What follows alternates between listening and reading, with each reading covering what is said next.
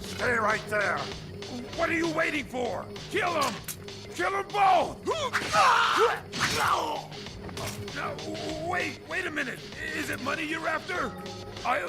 I'll give you as much as you want. May the saints forgive you, because I won't.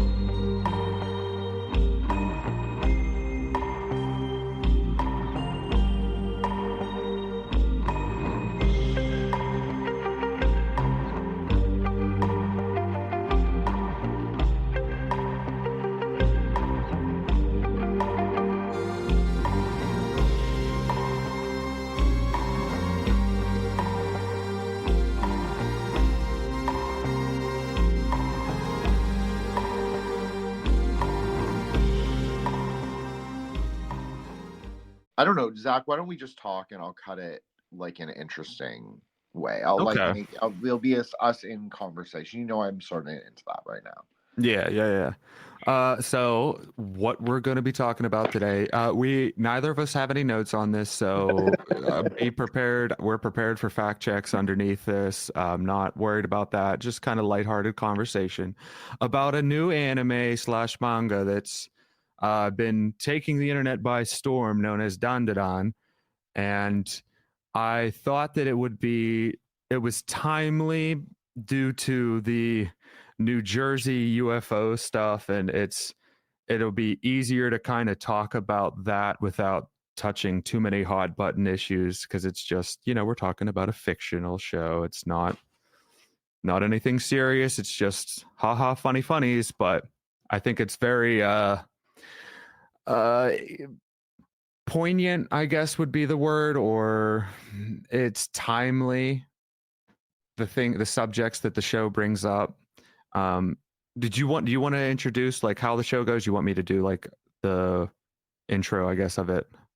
I'll let you do it, but I'll say something in response to what you just said. So I agree with you that, yeah, this will be a totally lighthearted, but not maybe full on conversation. But I do think that you're right in saying two things. Well, I like everything that you said, Zach, but I think that you're right specifically in two things. Is that this is a new show for a kind of new paradigm almost. Mm-hmm. And there's something also that captures we'll say, at least what the news is saying is happening. There's something in the metaphysics of fiction, of story, and I'm exploring this idea of parafiction, as you know, Zach. So It's very interesting to me that this series comes out and has very specific sort of anime physics, metaphysics, right, and brings in Japanese occultism, but sort of a maybe more broader, broader cosmology. It's not just, oh, there's magic. It's not just, oh, there are aliens. It's like it's a little deeper than that, actually. Right. But please, Zach, introduce us into the series. Okay. So if I remember correctly, the series starts out with the young lady of the show. Let me get the wikis up, because I think I know their names. I know the guy's name is like Ken Takamura or something, Nakamura, something like that. So Momo's the first. Momo's the lead. Okay, Momo's the woman. Yes, with the young lady earrings. Yes. Okay, so Momo is introduced to us. She's kind of like a popular girl, but stays to herself, kind of. She's got a tight-knit, close group of friends, but she's also like, very attractive and gets lots of attention from guys and girls alike. I mean, that's kind of separate. But you're introduced to her. She's talking about how she's looking for this guy, this strong, strong masculine type character to be her boyfriend, and she always relates it to this fictional character. I believe that his name was Ken Takamura or Nakamura, whatever. It's the same name as the boy that she meets. But they're basically she's having like this little high school existential crisis, and I forgot how they get introduced. Like she stands up for him or something when he's getting picked on, and then he like immediately has like an attachment to her. He's like, oh, finally someone was, stuck up for me and was nice to me, and he took that as like, oh, this person is into me, or well, I think he took it as like this person's into me, and then he kind of like is tamping those feelings down later.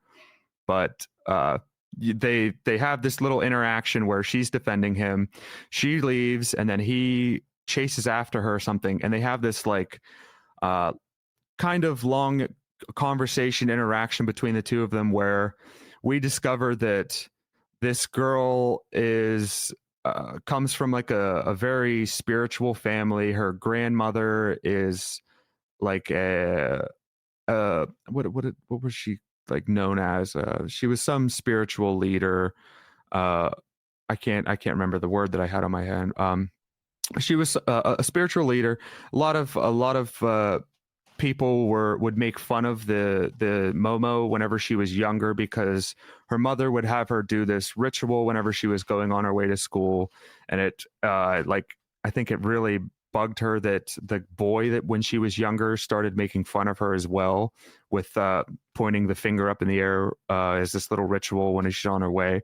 That really like left a scar or like a very deep wound in her, and it kind of turned her away from spirituality and turned her away from like her grandmother's teachings. So you see that character, the character of Momo, you see how she's being developed as like a spiritual feminine character. I mean, obviously feminine character, but she's shown as the spiritual. And then you get the Ken, who is a super loner, nerdy, no friends, like literally no friends, just reads comic books, and these comic books are all about like United States deep technology and UFOs and anything that you would consider like Western people would consider like deep state technology. Is that like those are the comic books that he's very interested in. And they have this interaction where they're like arguing with each other. Oh, ghosts aren't real. Oh, aliens aren't real. Blah, blah, blah. They're fighting. And then okay, they've got a resolution. They bet each other.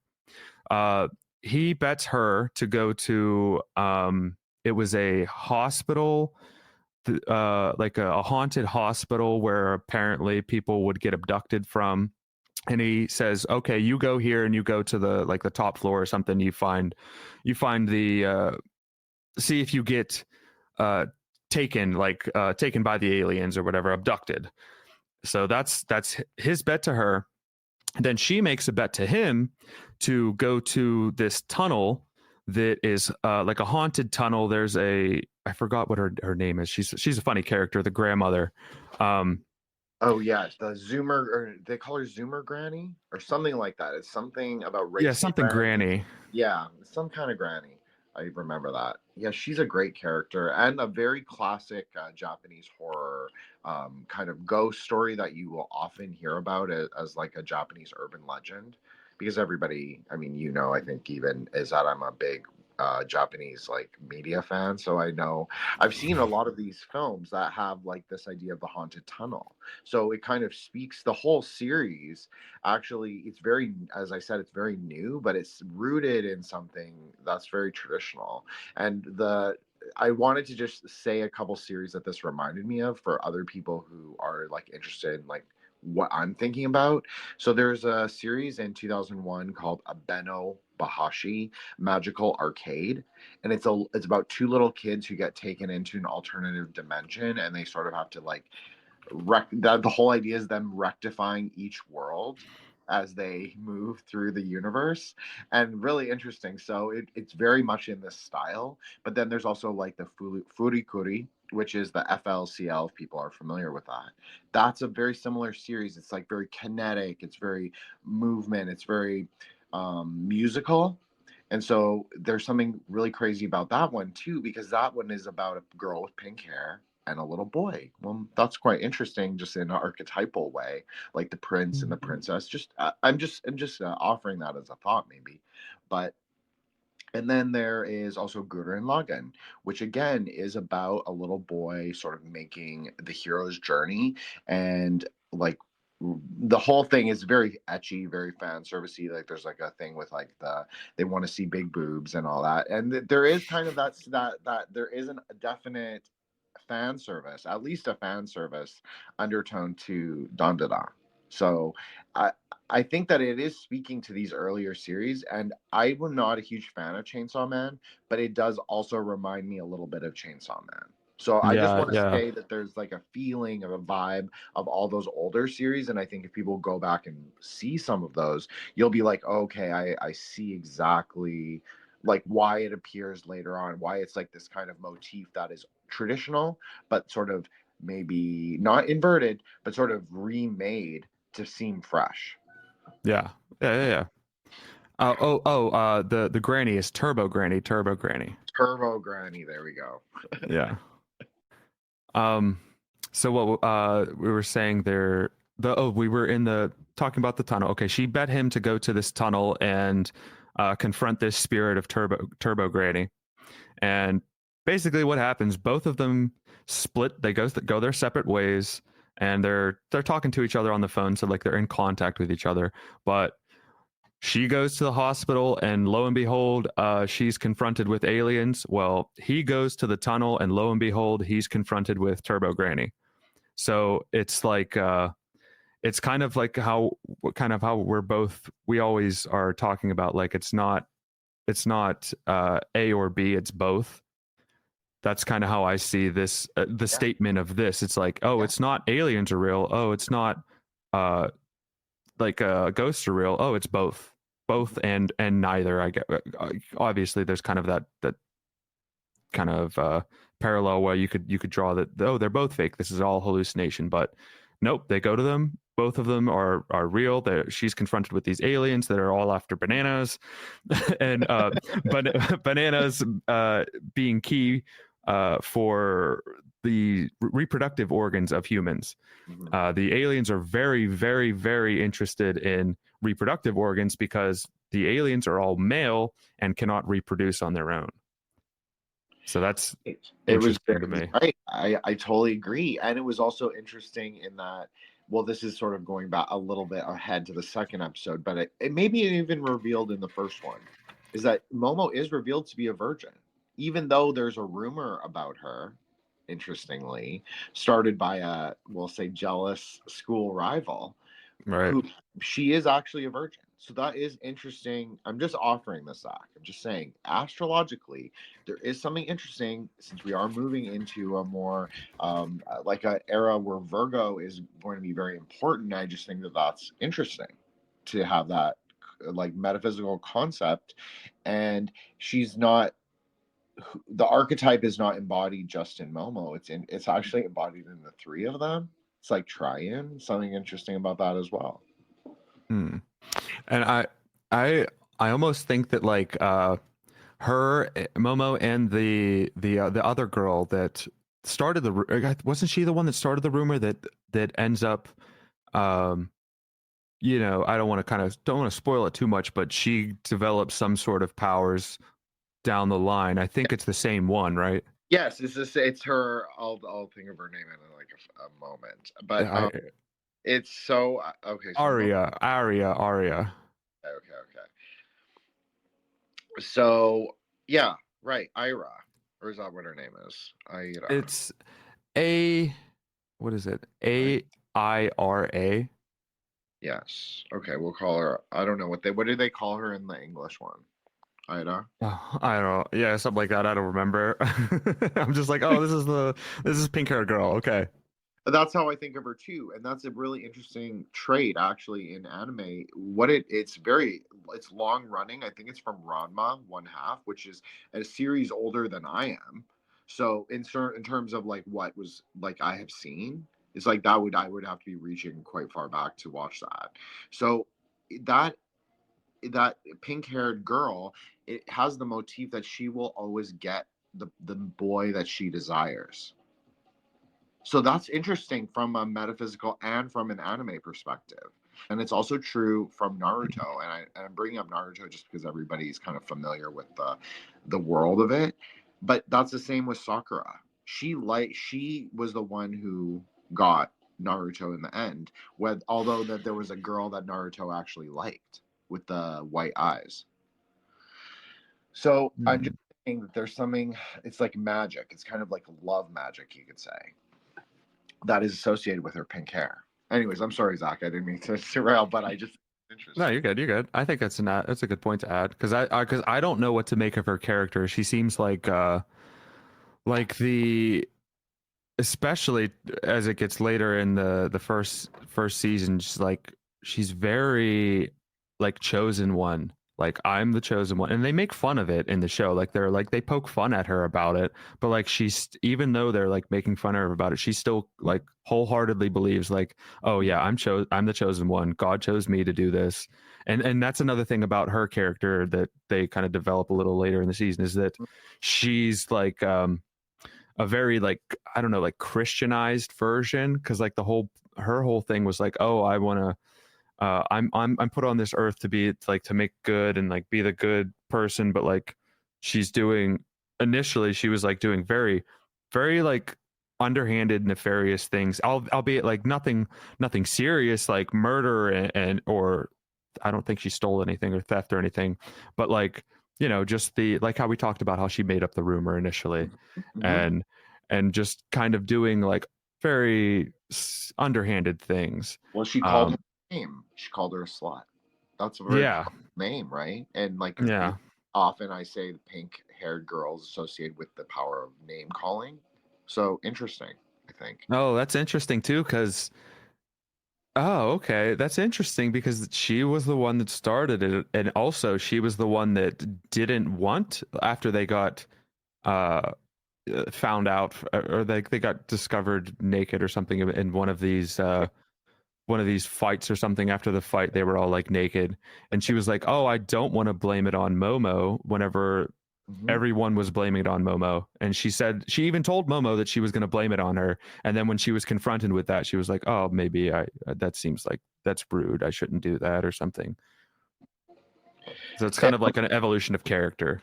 Yes. So one other thing, I don't know if this is from Psyche K. So there's this, I don't know if you've even seen it, Zach. There's a great show. It's one of my favorite anime comedies. I'm really showing that I'm a huge weeb here. Okay.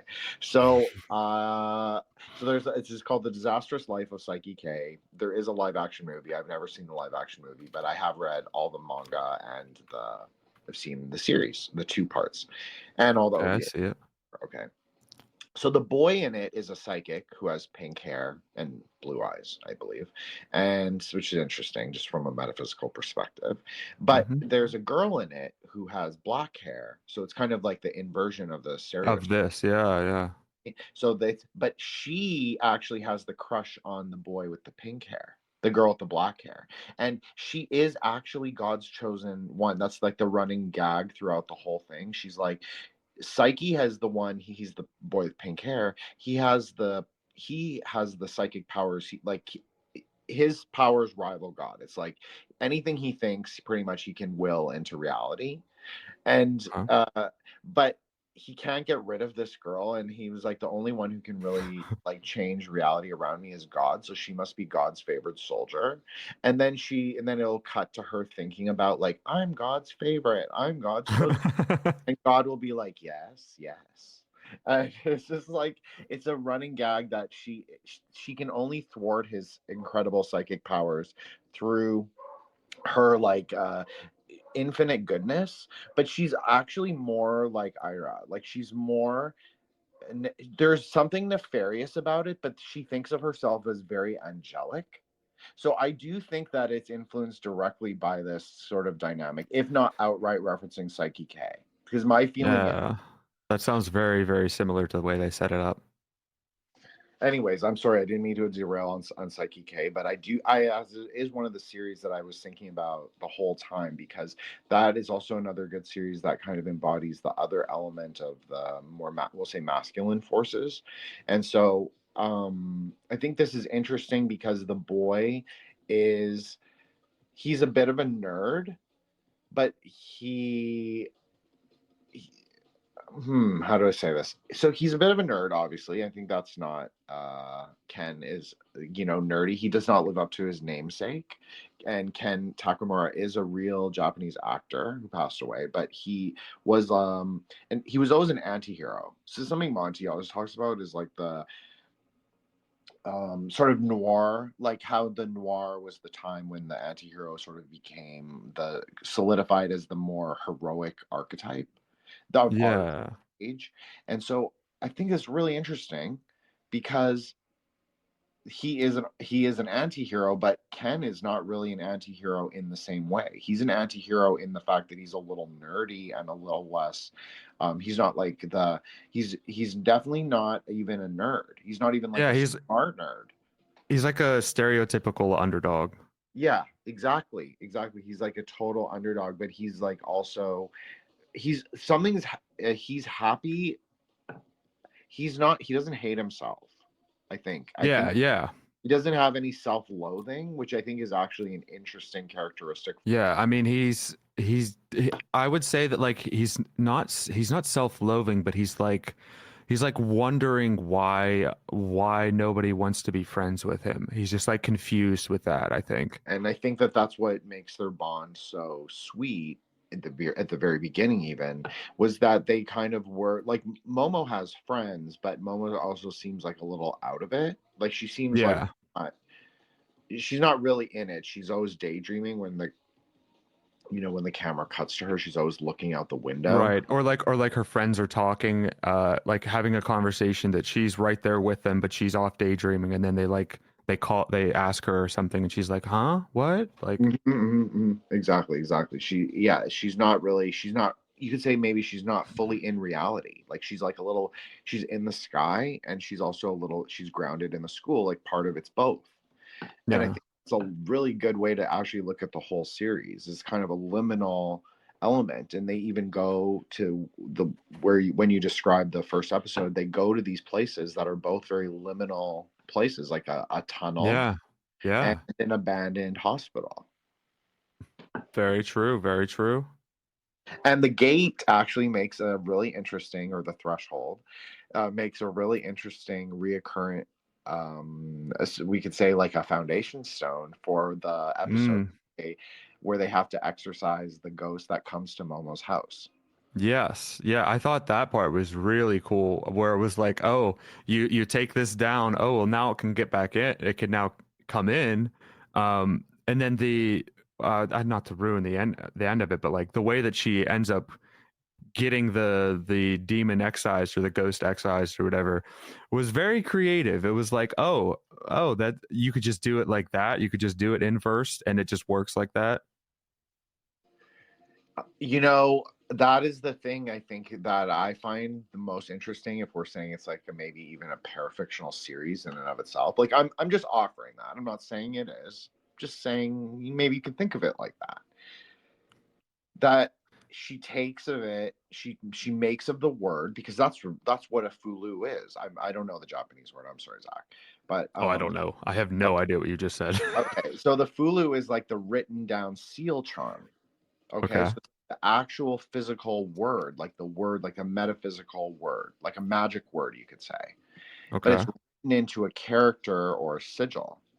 But it's also in Chinese or in Japanese, obviously. It can be an actual word. Like you can use a word as the magic sort of sigil. So that's what's on it. It's like a written down phrase. So she remakes the word into the way that she wants it to interact with reality. So she takes magic that already exists, something traditional, and she applies it in a modern way. There's something really interesting. I'm telling you, there's something really interesting about that. Like just in terms of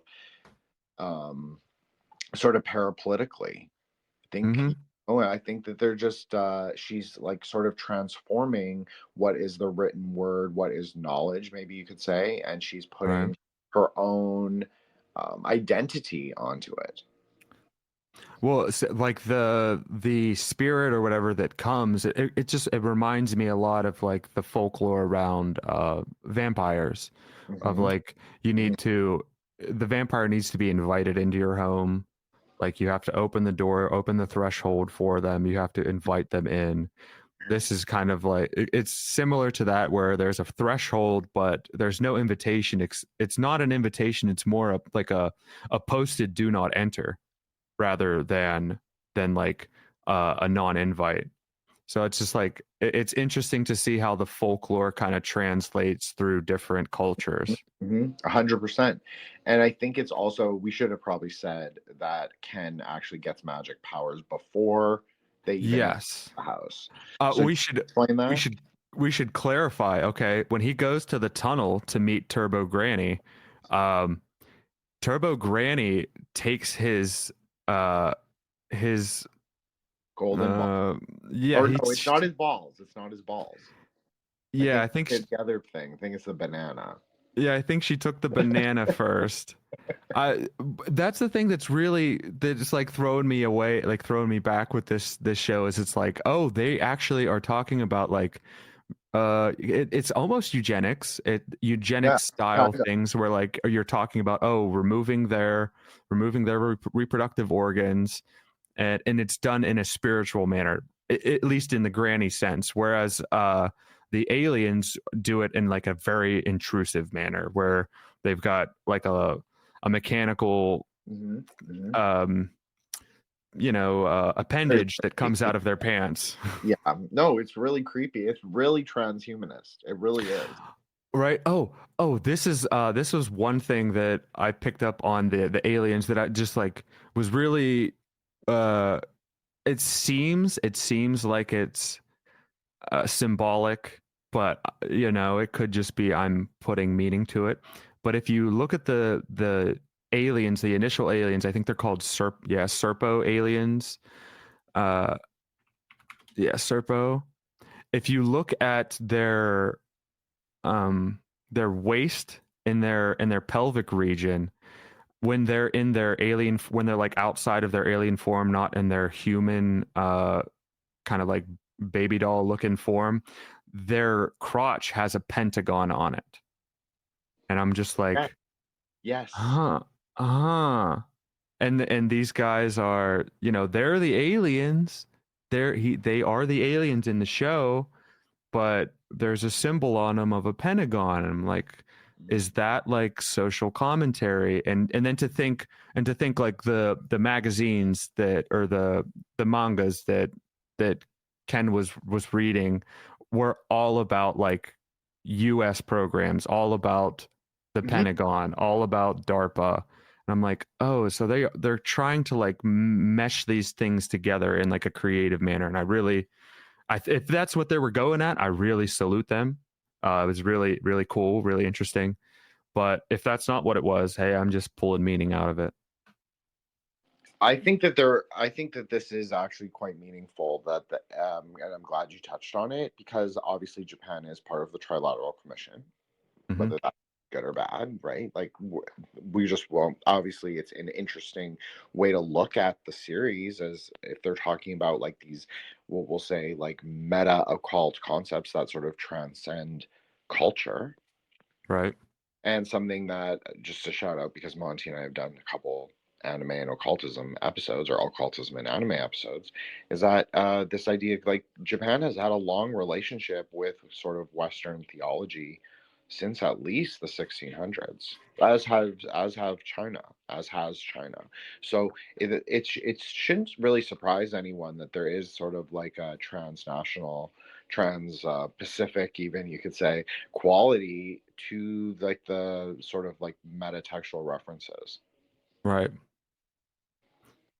I think we are moving into a time of disclosure, And like, yes, I think Zach and I both are very like, I'm sorry, Zach, I don't mean to speak for you, but I mean, I'm very, and I know Zach is also, that we are very anti, like, we see how glowy it is. That disclosure. Yeah. I don't want to be like, yeah, Mr. Disclosure.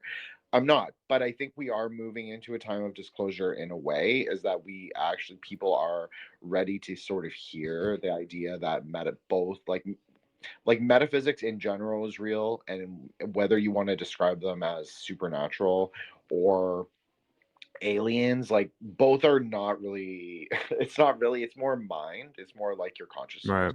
That's how I think of it, obviously. Yeah, and I mean, I would even say that like I shouldn't say it, but I'd think that like from listening to Chachki and you guys talk, I think he sees it in probably in a similar way that I do. It's like physics and metaphysics are like they're One, like two sides of the same coin. yeah. Like they're almost like the physics models that we're Mhm. making now with all these formulas and such. I think they would almost have a perfect transplant onto like metaphysics. No, you're absolutely correct. You're absolutely, like, even from what Sashi's doing now, I think Yeah. like the crystals and the quantum computing. I mean, even on and I'm no great. I'm not like one of those Asians that's like great at math or anything. Okay, twisted. But there's a way actually to understand some of the fundamental concepts in physics, theoretical physics, as well as some of the math, simply by knowing metaphysical concepts. Like, not just Yes. knowing them, but like really understanding what they are at their more inner layer rather than the superficial, like magic words layer. Right. I think it helps to like explain the mechanisms through an analogy. Yes, that's very well said, Zach. I completely agree with that. It's not as scary, actually. That's how I've been finding it, like looking more at what quantum computing is, what spin computing is, um, just all of it, because it even sounds like there's something that sounds very tantric about it, very Kabbalistic, very magical. So I'm curious. I'm legit curious, and I'm not really curious about science very much. Like, yes, there's an element of like bioscience and like gardening and that's, and like horticulture that I'm really interested in. But in general, I find, because of everything that happened, my skepticism's at like a really high degree. Yeah. But Yeah, same. so, but then I also feel like what he's talking about is not just what Sashi is talking about, but like maybe more broadly, there is something kind of interesting and kind of occult about science, because like a lot of it is hidden behind jargon and math. It's so specialized that like if you're not in that specific silo of information, you would have absolutely no idea what they're talking about at the top ends. That's right. And so I think that there's a way that it gets translated into popular culture as being a sort of mystification of the truth, or at least even what they are looking at studying. Like, I think this happens a lot with CERN. And I'm not saying that CERN is like trying to help us or whatever it is. I don't know. But I also think that like there are, there are people who are legit just trying to do research. Like, that is also Right. doesn't yeah, like schizo thing is true. Like, yeah, they probably are going to open a black hole or whatever, but or they have, but it doesn't necessarily mean like nefarious. It literally can just mean human actors in certain situations. Now, is there now Zach's laughing because he knows that I also go like a more conspiratoid on this, which is fine. But I also think that there is a metaphysics even to what I'm saying. Like, you could even say it's karmic.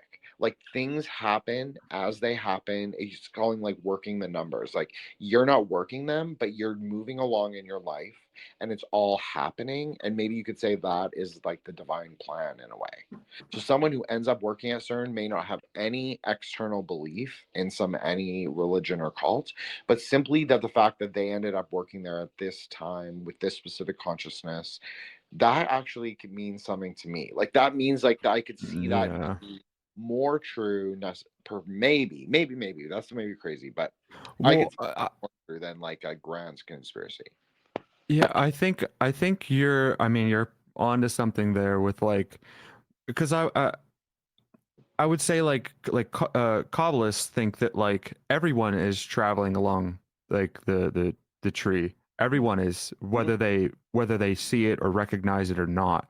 Hmm? So I think that's kind of what you're trying to clue into, is that like, yeah, you're obviously doing certain workings along the tree to get to the position you're at right now on the tree, but you might not have done that consciously. It might have been completely unconscious, because either you were looking out for money, or you were looking out for your career, or you're looking out for your family, like more material things that people were looking for, but it still kind of has metaphysical implications that you might just have been unaware of.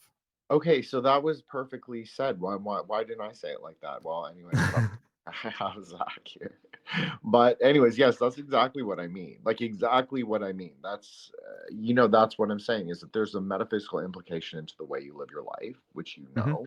and so it that's also how I feel about the series. To turn it back into Dandadan, is that I feel like there's a connection with fate, with circumstance, but it's not like I'm gonna go against the grain a little bit, Zach. You don't have to co-sign, but I'm a little anti-synchromistic. Like Ooh. I believe it's true in a way that you can align yourself into a current of um we'll say fortune and life force. But I also think it's true that you can become deluded in thinking that you are special because of Mhm. that. Does not make you special. That's actually one of the easier things to do. What it really makes it special is that you have to transform the potential energy in that sort of connection. It's like a live wire. Like, what do you do with it? What do you make of it? Like, if you don't make anything of it, it doesn't have any potential. That's why it sort of requires a little bit of consent and consciousness at the same time. So I feel like that's very much about the series. Like, they didn't set out to be the heroes of their town, or the heroes that are like going to sort of rectify Yeah. Yeah, they that. kind of stumbled into it. Yeah, exactly. Yeah, I'm sorry, I didn't mean to rant there, but No, no, you're good. That was good. That was good. Um, how about whenever they also they have the fight in the tunnels, and Mhm, then in like during the fight, I can't remember if this is whenever he first transforms into like the super mysterious, very depressed mhm. hero character with the mask on. I can't remember if that's it or not. I think that's when he does it. Um, but I think that character is really interesting, and it like in itself, it almost like flips Akarun, which is what he ends up going by. I'll explain that in a second. Ken, he kind of like it's like almost the complete inversion of him, where it's like Ken is not necessarily depressed. He's like pretty lighthearted and relaxed about things, and then his transformation is like, oh, uber depressed, but like also super powerful and super like quick reacting, like way more uh competent, I guess, than Ken Takamura or Akarun. Well, um there's sorry, Zach, I didn't mean to interrupt you, but there's an interesting metaphysics here, like very Asian metaphysics. So he doesn't have his banana, we'll call it, at this point in the yes. show. It's been stolen. So he turns into this thing that we would say is like a half ghost, half man, or someone who's like completely like a yin spirit. Now, if you listen to my episode on rigor mortis or have seen rigor mortis, they actually talk about this same concept of like a ghost that is either pure yin or pure yang. And then what happens when either quality of ghost takes over a human physical corporeal body. So the idea is that he becomes depressed because he has no yang, so he has no impetus, no inner fire to sort of keep going. It actually even makes sense for why he's white, because white is not black. It's actually the color of the underworld in Chinese cosmology, as well as Shinto as Mm. well. So there is something kind of interesting about that. Yeah, because doesn't his hair goes white, doesn't it? Yes, yeah, exactly. His hair goes white and his skin goes a little white lighter. He goes more, Ah, he becomes a little more ghostly. Like he's yeah. lost his what we would call vital essence. Yes, he most certainly did. Um, okay, so he has this transformation and then defeats part of Turbo Granny. He doesn't fully defeat Turbo Granny. She runs away. And then they're leaving the tunnel and they're like, oh well, I need to go get my I need to get my banana now. I need to go retrieve my banana. So it's the next morning. They did this all overnight. They're walking out of the tunnel and then she's fine. Momo finally asks him like, oh, what is your real name or something? I think she even had like a daydream right beforehand where she was like daydreaming of Ken Takamura. And then she was like, oh, what is your real name anyways? And he was like, oh, it's Ken Takamura. And she was like, and then she has like a brain break moment where like you could tell that like they're trying to say that like, oh, she's getting a little uptight, a little nervous now that she knows who it is, or that this is Ken Takamura. She's getting nervous that like, oh, maybe this is the person that I've been searching for. And then she gets so self-conscious about that she right on the spot renames him Akarun because she doesn't want to say Ken, or she doesn't want to say Ken Takamura because it makes her it gets her blushing. I actually thought this was really interesting because it sort of speaks back to our discussion of fate as well. And like, what is the relationship between the characters? Right. They have agency, or are they, I think that there's an idea in more of the Joseph Campbell sort of the wheel of the hero, or I've called it the sufferer of the hero before, but I mean, it is kind of like that. But anyways, so it's sort of like they fall into it, but then there's also this idea that you're like the chosen one, and so I think that again is sort of how I think of it. Like it's a little bit of both because she was saying she can never love a man unless he's Ken Takamura. That's like her Right. That was, yeah, exactly. right? And then she calls forth a real Ken Takamura. Like that, like literally that's what happens to her. Right. And then he is delivered. And then she cannot call him by his true name.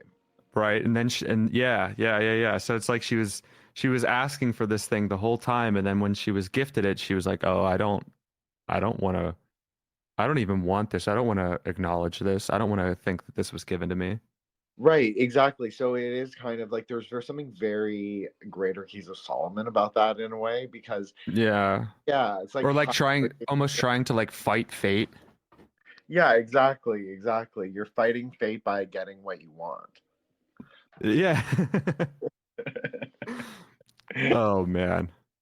Yeah, but so I thought that was interesting, and it was kind of, it was a little lighthearted, endearing moment of them. And I can't get over like the banana thing is just so funny to me. The way that they are, like the way they talk about it, like, oh, they're after my banana. I need to go get my banana. I'm just like, how could you take such a serious thing and then make it just like lighthearted and playful? And well, they did it. They did it well. The series has actually been quite successful, and it's definitely not boring. Now, is it a little too fast paced for me? I find it a little bit. I like a little more. If I was going to give criticism, yeah, I like a little more meat. Like I like a little more character. But you know what? For this actually really works. So I shouldn't really complain because anime is in a rough spot. So. So I don't want to complain about any series that is actually good and has potential, lots of potential. But Right. I think like, the one thing I would probably make it a little meatier, but I also think we see it. It's just in a very subtle way, in the way that it's interplayed with the characters.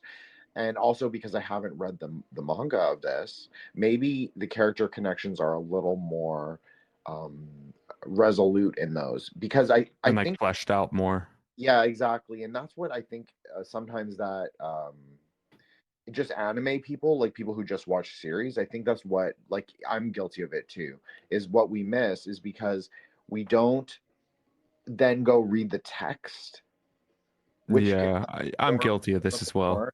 Yeah, and I just think it tells a little more of the story, so people who with like when they're writing the episodes, they're like, okay, the audience will accept this because it's partially true. Right. Like the one thing that I would say that like I think I wouldn't even I mean I guess yeah it's kind of lacking is like I want more backstory of all these spooky creepy ghosties and aliens. I want them to do more backstory around them.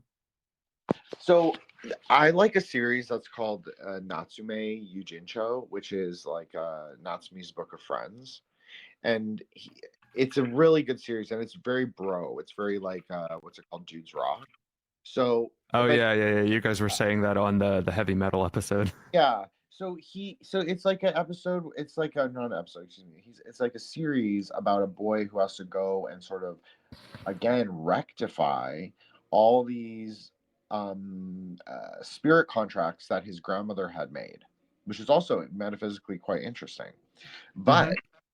But so it's kind of like that's the series that you want if you want the longer form, like who this character is in traditional Japanese mythology.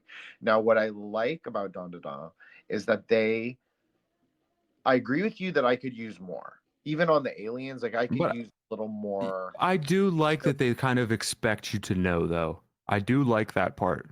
You're right. You're right. No, I can't take away from that because it's almost like, well, you should know what this is. How do you not know what this is? I get that because like if I was telling a story and I kept getting to like these really important parts and then people were just like constantly stopping and asking like, but wait, why does this character want to do this? Why is this character doing this? What's their will behind this? And it's like, well, I want to know, obviously. I'm just so like knowledge hungry for nonsense, but it's also there's something in that unknown kind of like what we were even talking about earlier with like how there's like worries about like quantum computers and stuff, and it's like that's simply just like the fear of the unknown. mhm, And then that's mhm. kind of what the one fear that really gets to be is kind of the fear of unknown. So I'm just like, well, I just want to know. Just tell me what they are. What are they doing this? Why are they doing this?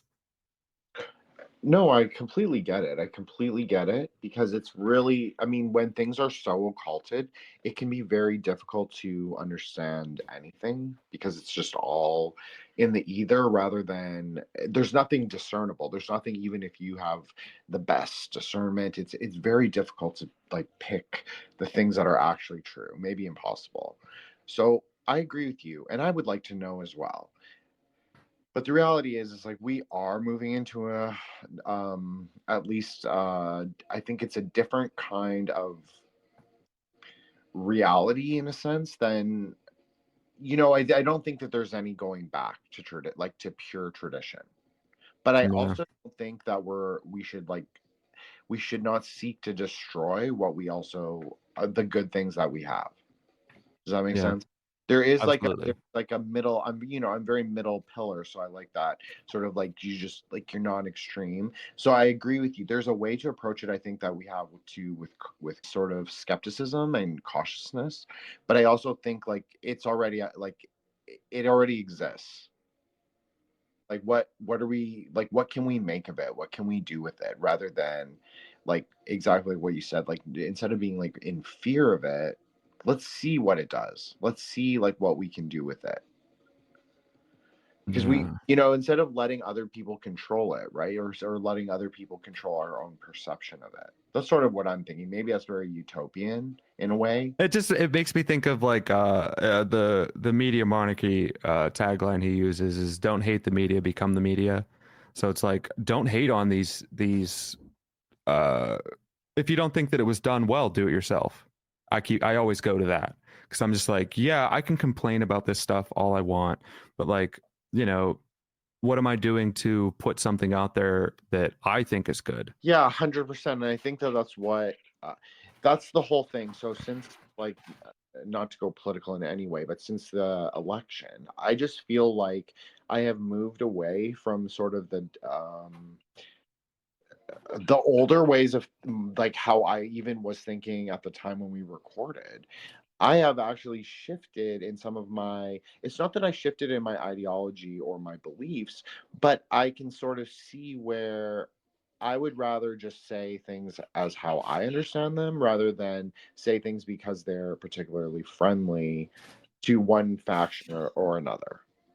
Oh, that, Yeah. and I still hate libtard. Yeah, it's like I try to couch my language so that nobody is gonna be offended by what I say, but then when I do that, I almost don't say anything at all. You know what I mean? It's really hard. I find it it's a difficult balance, right? Because you're trying to say things that are true, if that's your orientation, obviously, and then you're also trying to, like, maybe there are multiple ways to sort of frame it and say it, and what context you, Mm-hmm.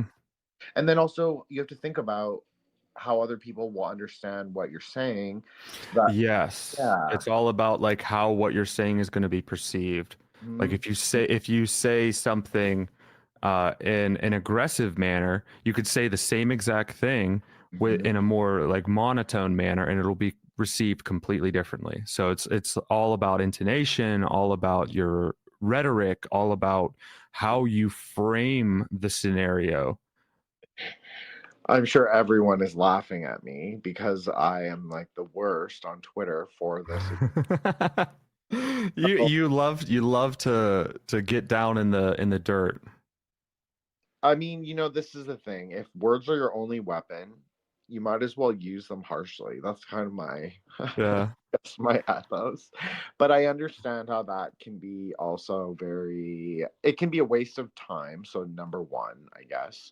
Number two, it can be a waste of the words themselves. So I do see that there are metaphysical implications that are more negative that to doing that, but I also think that those words have less meaning now. Like, I think they've been totally co-opted by like the base, right, or whatever, and so it doesn't really mean anything anymore. It's like everyone's Yeah. boomer grandpa says like retard or whatever. Yeah, and I think the thing that's really what's really causing issues with all that is like people are using the same words to describe completely different things, and that's what really bothers me is like you guys aren't using the correct words, so you're not pointing out the correct problem, and if you're not pointing out the correct problem, you're not going to even have a chance at getting a solution. And I think that's what I even liked about when you brought me the idea to do on this series, like an episode on the series, was that the series does treat it almost in a non-dual way. They say, Mm-hmm. yes, it is both supernatural and it is aliens. And as you said, Zach, there is no conflict. And actually, even Okarun even says those two things might actually be the same. Well, his orientation is more, we would say, extreme, or he believes in more of the alien origin theory of ghosts. At Mm-hmm. least open to that interpretation. I wouldn't say he's necessarily fixed, but Momo is definitely more. I think she's Earth. actually the She most. thinks they come from the Earth, I think. That's right. She's definitely more like they're kind of a ghost, or maybe they're ghost of like an alternate dimension. So Yeah. that could be true too, because the series doesn't really exclude that possibility. And that's kind of why I really took to it because I was like, oh, they're leaving this so open ended that like you can apply this to yourself or like to your own ideas of this stuff. You can start to like look at these things like, oh, well, what if it isn't? Oh, they're lying to us about the aliens. They're actually spiritual beings. Oh no, they're lying to us about the spiritual beings. It's actually aliens. It's like, well, no, they're probably lying to you about both of them, but that doesn't mean that both of them aren't real either. They're just lying to you about them in the first place.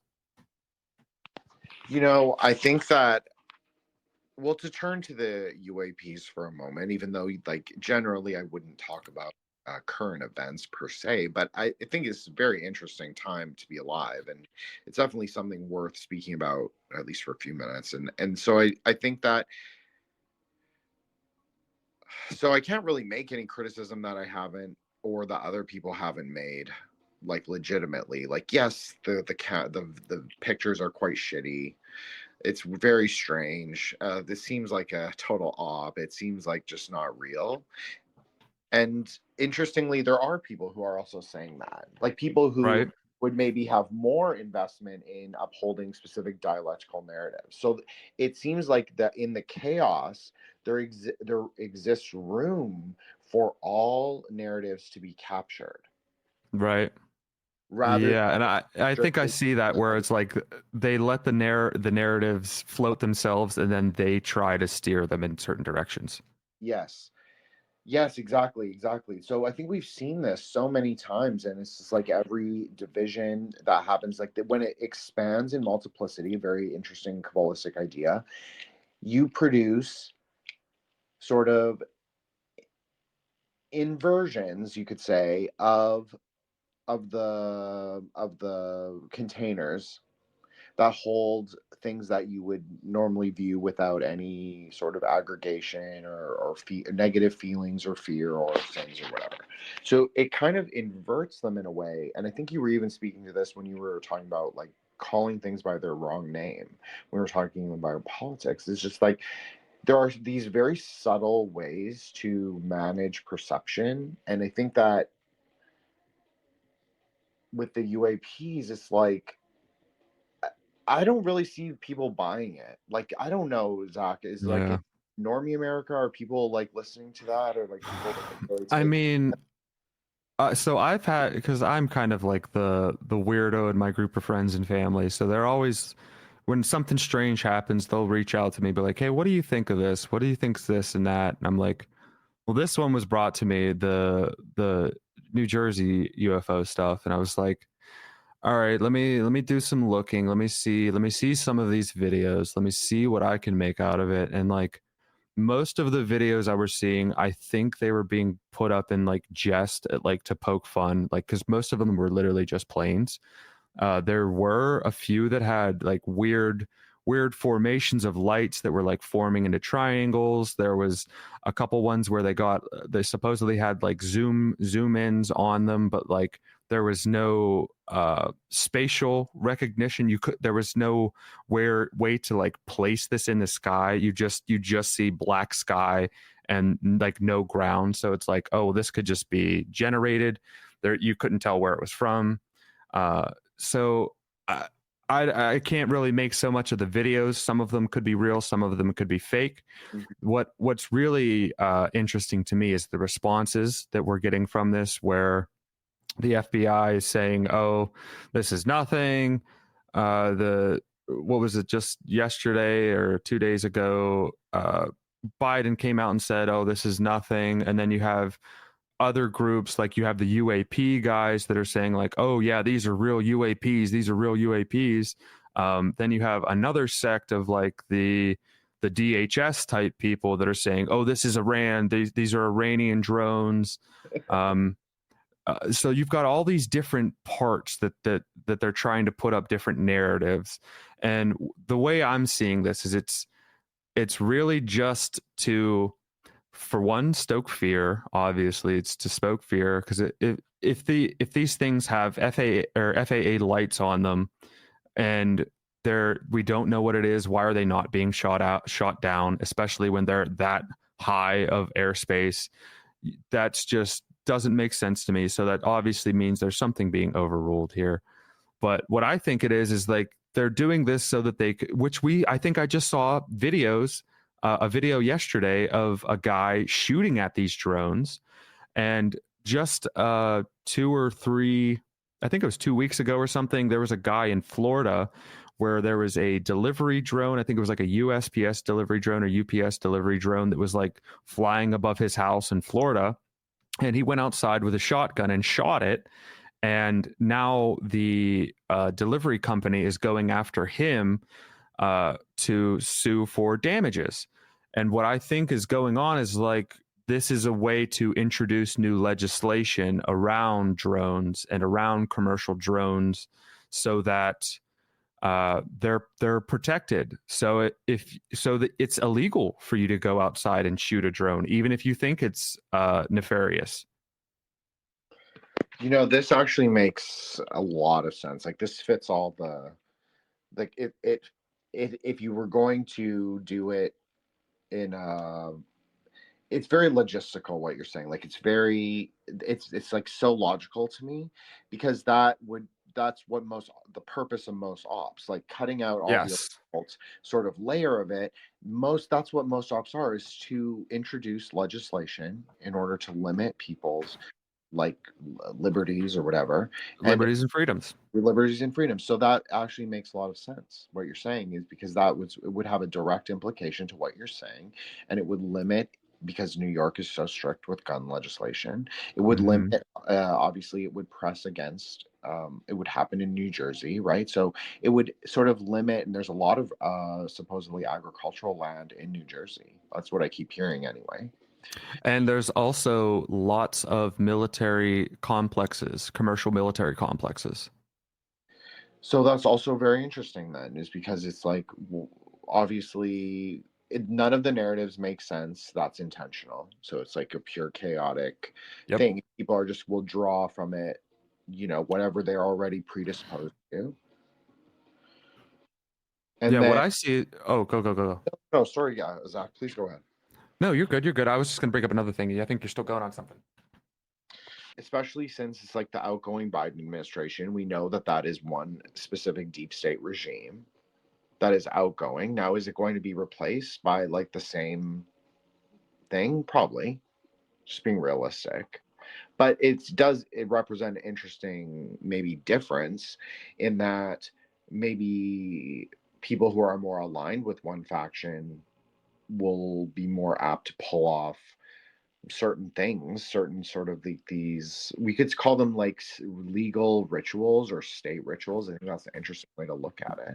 Yeah, I think where you're going at with that is like the different sides of the political aisles have different things that they can get away with. Yes, exactly. That's exactly what I was trying to say. Yeah, they have different tentacles, maybe you could say, in place Yeah. to to sort of manipulate and maneuver around reality. Yeah. They do in their own way. Like, it's not. That's why it's hard to map, because you Right. can't always. It's not always from one singular source. And they're also shifting them. They're constantly shifting them back and forth. Where, like with the shooter of the UHC guy, what? Yeah, United Healthcare, I think it's called. Um, that guy. I mean, apparently, this is where I'm at with this too. Is like, the guy is hanging out in a McDonald's with the gun, the silencer, and a manifesto. That's just very, very convenient, I guess, that would happen. But it's interesting that he's kind of being adopted by the left Mm-hmm. when he's holding a unlicensed firearm. When the left is the ones that are always, oh, we need to tamp down on guns, we need to get more gun legislation. I'm like, you guys can't hold a principle, neither.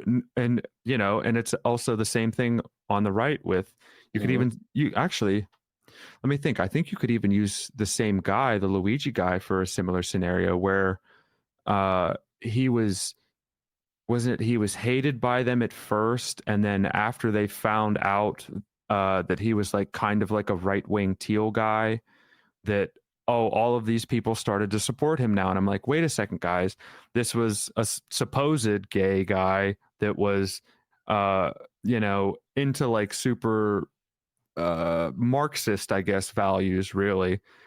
But like, now you guys want to adopt him as your own, and then you guys are still like pointing at the other side, like, no, he's your team, no, he's your team. It's like, what's going on here? This is just like, it seems like it's like conversation just to fill air, because nobody has any idea what happened. But it's so disheartening that nobody can stick to like a principle. Nobody can stick to their principles on anything. I think that's part of the reason of these ops, especially on social media, because I think people on social media, I don't know about Boomer Book and I don't know about Insta, because I don't really go on those things.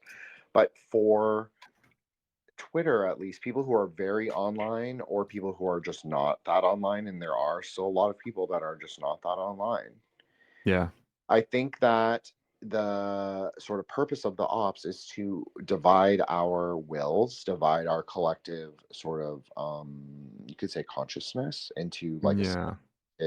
reaction. And so I think that that's what it was. It was supposed to capture, that's what he was supposed to do. He's supposed to be the container. I always think of it in like the very, as you know, Zach, think of it as very Kabbalistic or very Yeah. the sun is the one who has to embody them all. He has to take all, he's the many in the one. So he has to take all the little thought forms, all the skandhas, and he has to sort of incorporate what everybody thinks of him into him. And so I think that that's sort of an interesting way, especially with the green. And I've spoken about this, but green is such a significant color in relation to the will and what that is and what that means.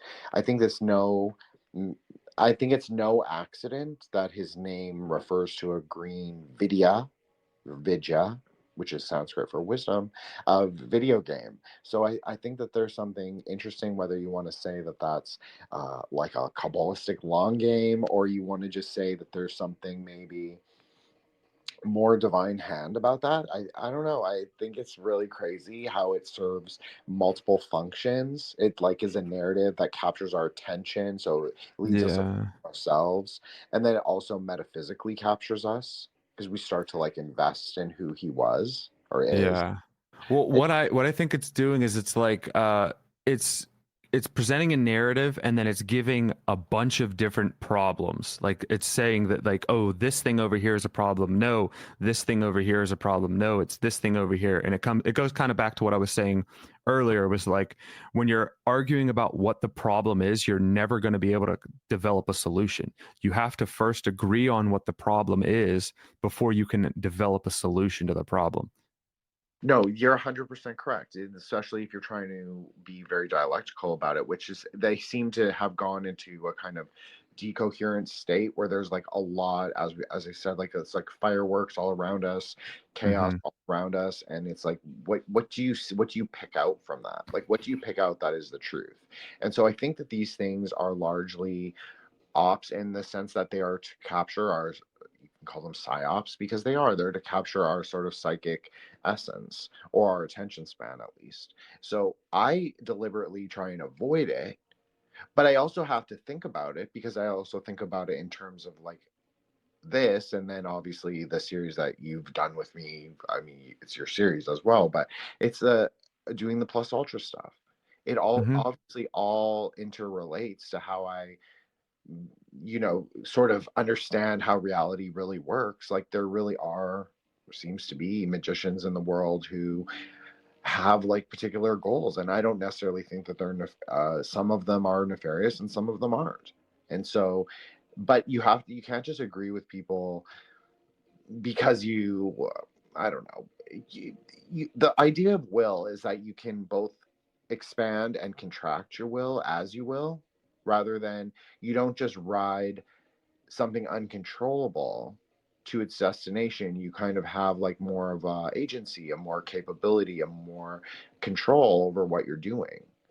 Yeah, So I would almost say like that to tie right or to pin right into that is like it's almost like how we were talking about earlier is you might not understand that you're moving along the tree, but you're still moving along the tree. 100% correct. And so I think it's interesting what you just said. If you wanted to map him and like look at where it's kind of like he's very much a prince archetype, you could say maybe even a Christ-like archetype, and the association with green, well, we know that happens at three primary points in the tree, and which is Hod on the Tibereth and Netzach. So there's something really interesting with what's happening. There's something very magical. There's like obviously a metaphysics of the psyop. That seems very true. Hmm. Just as there's a metaphysics in media, just like how we were talking about the anime, and how there's metaphysical things in that. Now, would you want to say that some writer or some animator on the series knows Kabbalah? Yeah, there probably is, to be honest.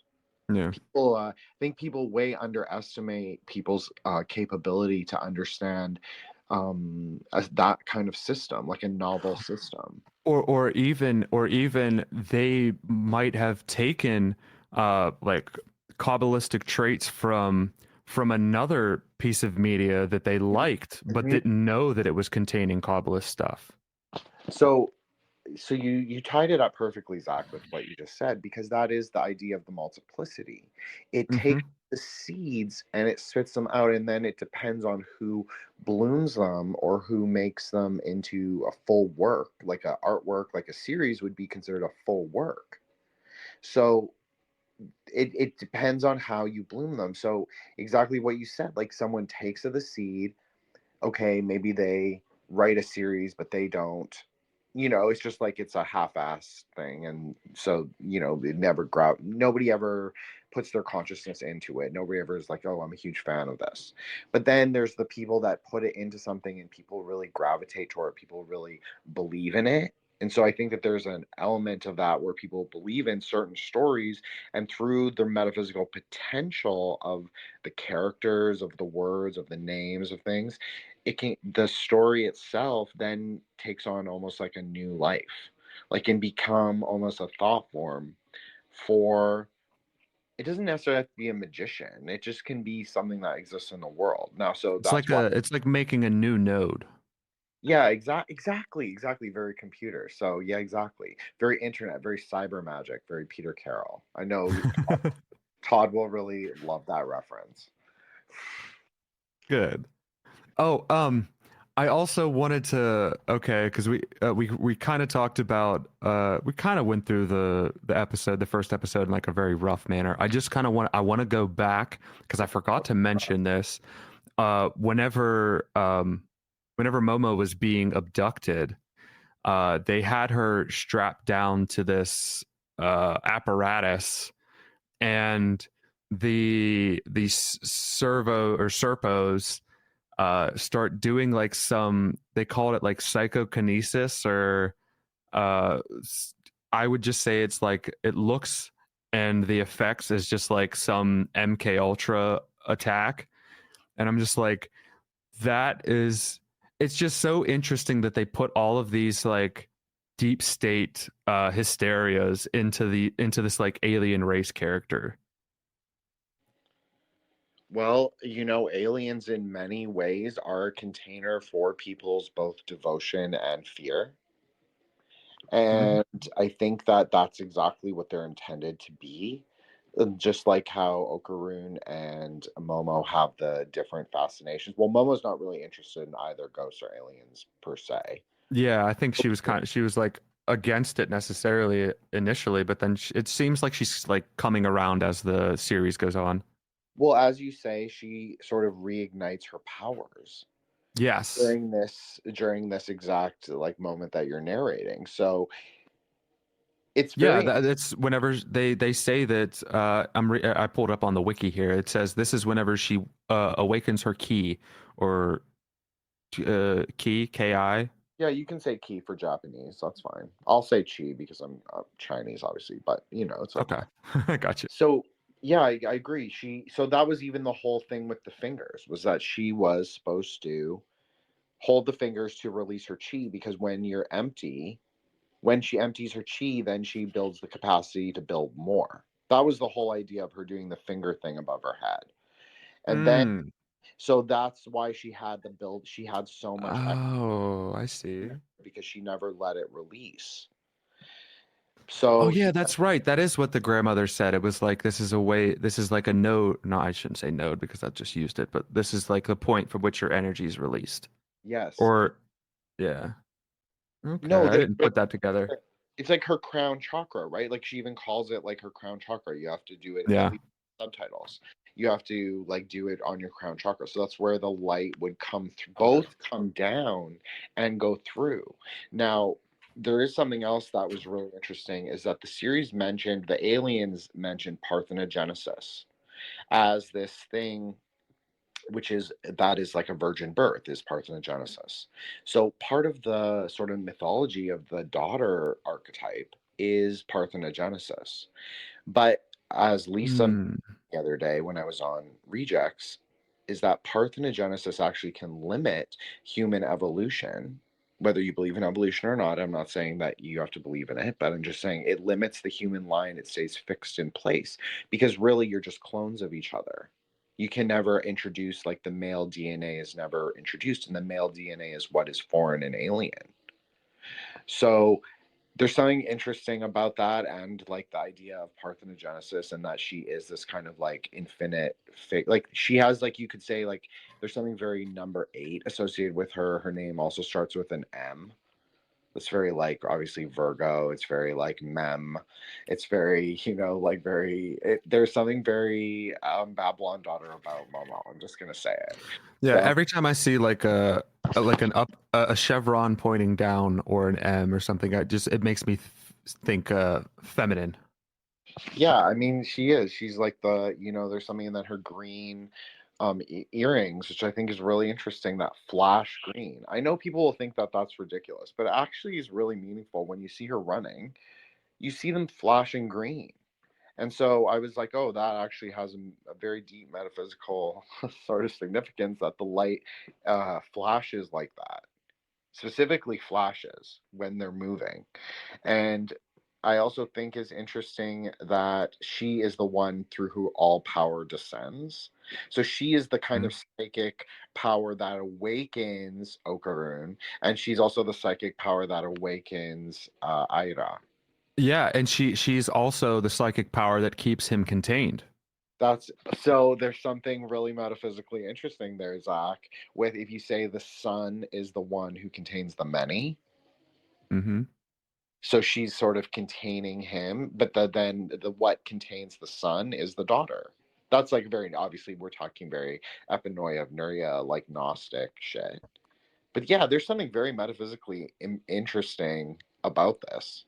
And And I mean, it almost is. It kind of just makes me think of just like human biology. It's like the male and female counterparts do kind of they do contain each other well, because whenever I just see this like kind of in personal life, but like when you see like a woman that's doesn't have a man, there's they're missing certain parts of themselves, or they're missing certain qualities that, or maybe not, they're missing the qualities but they're not as exaggerated as they would be if they were with a partner. And then the same thing could be said with a male, like the bachelor stereotype, where like there's something missing there.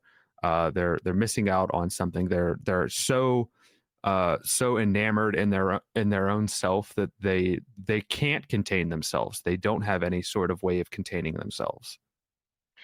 so you're talking about something that is very mythic. I'm sure you're intending to, sort of, in a way, but that well, no, there is. I mean, even in Puranic mythology, which I know you're not specifically referring to, but there's idea of like the bachelor god, and who is the bachelor god, and then who is the god with many wives, or who is the god with one wife, or what is the position of their consort. So this idea of the relationship and how they are like in equilibrium or in a sort of power dynamic, we'll say, is very perennial. It like exists in all sort of ways of understanding the female consort specifically, because when it's just the singular man, it doesn't really matter.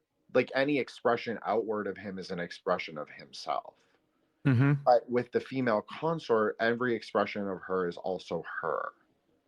So it's like this weird paradox, but then when you put them both together, that's when you kind of make, like, even in a magical way of thinking, that's really when things work, is when things Yeah. are together rather than when they're completely diametrically opposed. It's not a polarity, it's a complement. Yeah, I would even say that it's like that is, oh, I just had it. That's like a good, no, how could I say that? How could I phrase it? Um I would say that that's like the penultimate of humanity, is the combination of the male and female. I mean, obviously that is kind of Gnostic, kind of Baphometic stuff, or Freemasonic, but like that's kind of the way I'm seeing this, is like to in order to like really truly define the human race, you can't just have one or the other. It's necessary. They're both necessary components to creating humanity. So like Yeah, when you're creating a narrative that ignores half of humanity, you're leaving so much out that it won't make sense. It'll only make sense to that side of humanity. no, I completely agree, and that's what this series was so. I think that's what touched you about it, and like the sense that, like, obviously you're a grown man, so I'm watching, but I think it's touching in a way. Like I found it touching.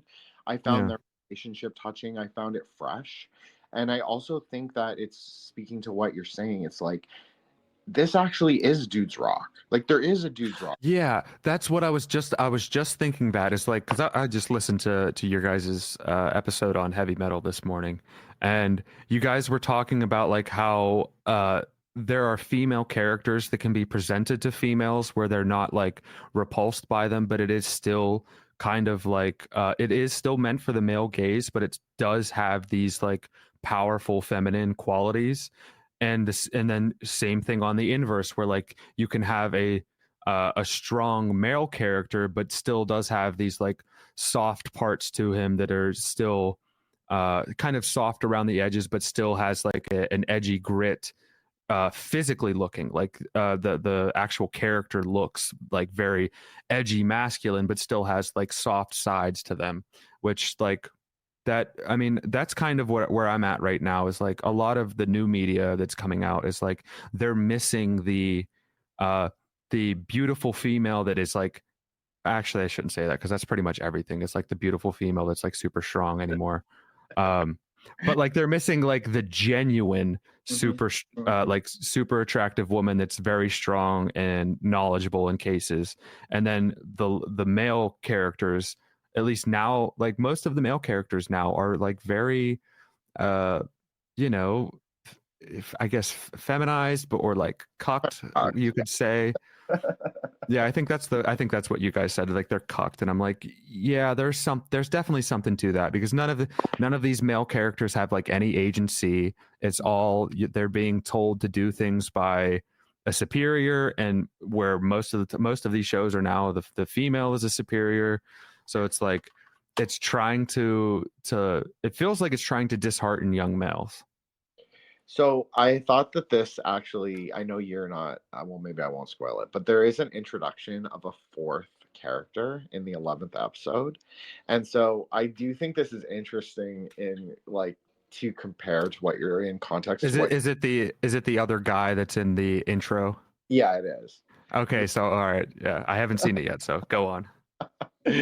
But so I just think that there's something interesting with that and how it's like Momo's attention. Like so you were speaking of like what like the writing now is used to contain these characters that aren't very there's nothing real about them. They're just like it's like pure almost like projection or pure archetype. Yeah, Not in yeah, like that's what I was gonna say. Pure archetype.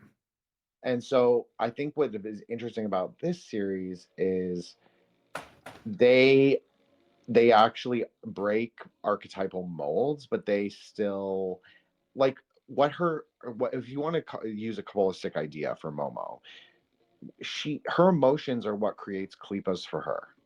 Like when she sees the guy, she has like a little childish outburst. So it's her reactivity in the moment, like her childishness, that's what it always even during fight scenes. It's like her sort of when she loses focus on a singular object in front of her, she tends to get a little scattered. Whereas Okaroon tends to kind of be more passive, and Ira tends to be more vocal. Like she tends to be more complainy and sort of like I don't know, like sassy, I guess. So Yeah, yeah, they all have these weird sort of traits that are like both negative, but they're also humorous. So the humor is sort of in a Kabbalistic way what would you would use to break sort of the sort of like what you can obviously see is their own personal downfall, but you accept it anyway because it's humorous and sweet and endearing. Like someone's flaws yeah. actually can be a part of their character as well. Yeah, and I was even gonna say like Momo's and Akarun's relationship, it almost comes off as like the cucked, feminized versions of characters or archetypes that I was just speaking about. It almost comes off as that, but the thing that makes it not like you know annoying, or I guess it doesn't like take me out of the show, it doesn't or it doesn't remove the suspense, or like the suspension of disbelief, is that like they explain that, oh, the reason why he is cucked is, oh, he lost his banana, and now this Momo, she's the one that contains him. They provide a reasoning for why he's actually cucked, not just, oh, this is a male character, this is a female character. The female character is obviously the strong lead, so he needs to follow her lead. No, it gives a reason in the story for why he is acting in that manner. And that's kind of where I'm at, is like, at least they gave it a good backstory for why that No, happened. you're totally right, and I agree with you. I think that if there was anything that I would criticize per se, I know this is a really controversial opinion, Zach. I don't even know if I should say it. I find the characters a little too Korean, and because Ooh. it is right, it is like very Korean in style. I think the Korean studio produces it. And so I find them, it's like some of the flamboyancy I find a little Korean. But it's not, I'm not saying it in a negative way. I'm just saying it's for an old head like me.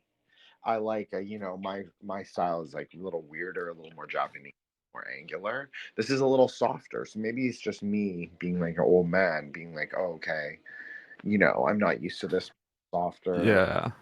kind of like, because there is an element of like hyper flat, but it's kind of also not, but it's very fluorescent.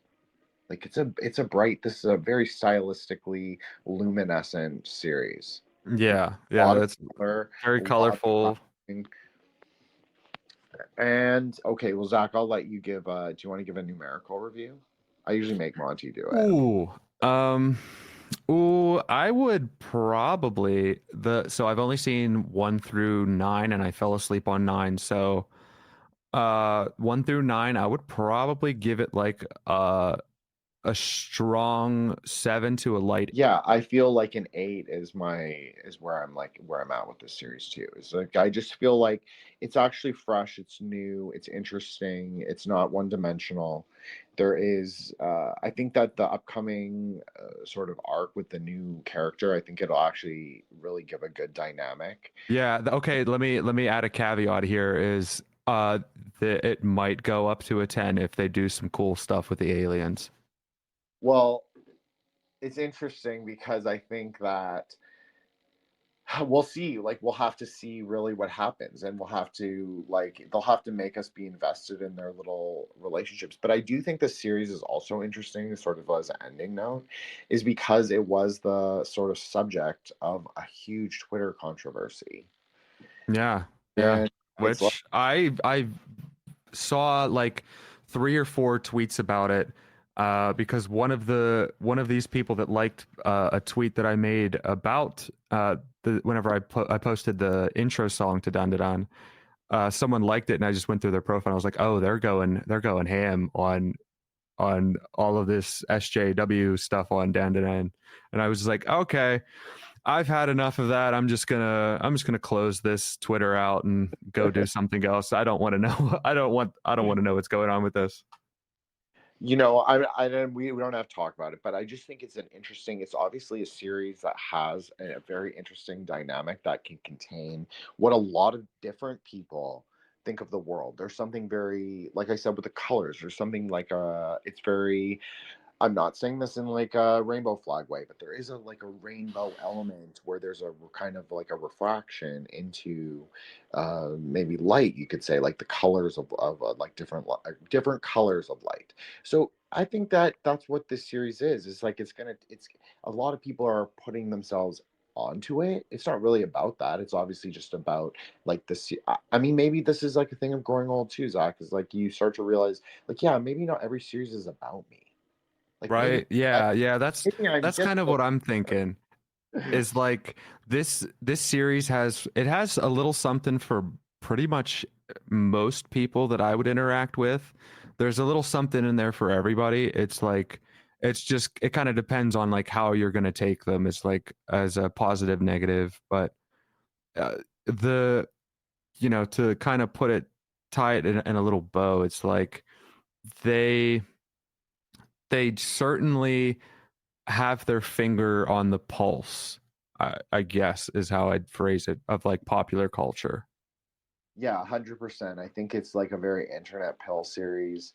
The aliens are very topical, as we said. The ghost supernatural elements very topical, obviously to this show specifically, even. So, and for both of us, I think. And so, Yep. yeah, I think that, and to parapolitics. So I think that it kind of Mm-hmm. is perfect third. It's that sort of, it's the perfect third. So, yeah, I think this is a great show. I'm really glad that we could do this. I think that it was an unexpected like day, but you know what? I think everything happens, and we gotta we're just rocking with it. So Right. I mean, that's what I always say is we don't know what's happening tomorrow, but we know what's going on today. that's right. So I appreciate you, Zach. Thank you so much. Why don't you plug your Twitter? And obviously, we have to plug your episode with Zach, CK, coming. Or they probably will have aired by this point, but I think one of my strongest episodes, I will say, to date, and one of my favorites, personal favorites. So thank Yeah, I you think so we got much. into some good stuff with that. Yep. Zachary Shumar at Twitter, X, the Everything app. That's about it. You could find me there. I don't post much, but when I post something, it's usually a funny video or a parapolitics video. Appreciate Adios, Jin.